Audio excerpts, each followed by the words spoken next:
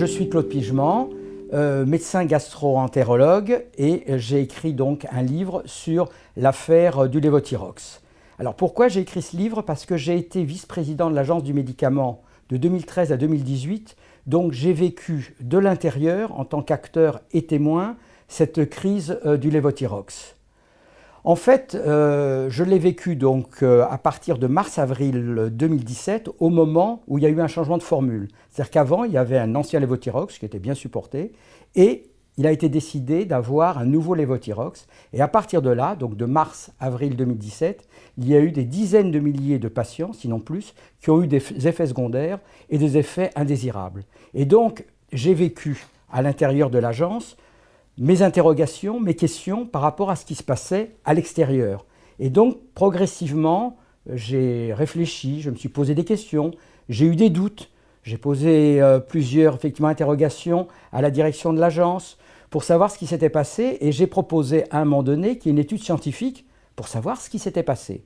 Et malheureusement, ça a été en vain, puisque je n'ai jamais pu obtenir cette étude scientifique indépendante pour savoir ce qui s'est passé entre l'ancien lévothyrox et le nouveau lévothyrox. Ce qui m'a frappé effectivement dans cette affaire du lévothyrox, c'est ce qu'il y a de commun avec les autres crises sanitaires et ce qu'il y a de différent. Si on prend les dernières crises sanitaires que j'ai vécues comme vice-président de l'Agence du médicament, si on prend par exemple la dépakine, avec les malformations après la prise de dépakine, si on prend les pilules de 3e et 4e génération, avec les AVC et les troubles circulatoires graves, si on prend le Mediator, avec les atteintes cardiaques très graves, si on compare, il y a des choses communes. D'abord, ça part des patients. C'est le premier, les patients qui se plaignent, qui alertent. Après, il y a des lanceurs d'alerte. Et c'est souvent des lanceuses d'alerte, c'est souvent des femmes qui ont joué un rôle important dans ces crises sanitaires.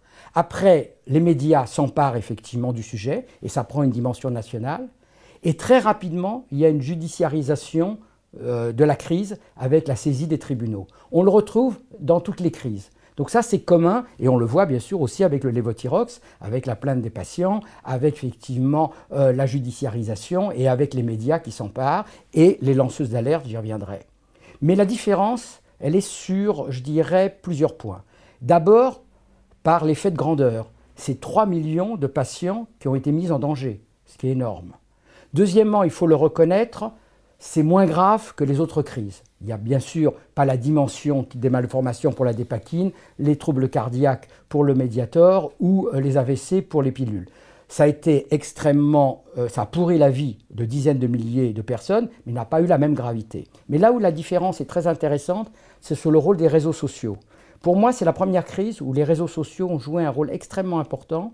Et à partir de mars-avril 2017, quand il y a eu le nouveau lévothyrox, dans les réseaux sociaux, il y a eu énormément d'échanges entre les associations, les patients, se plaignant. Et tout ça est passé sous les radars des autorités. Et donc, je dirais que c'est la première crise réseaux sociaux, où là, les réseaux sociaux ont été en amont.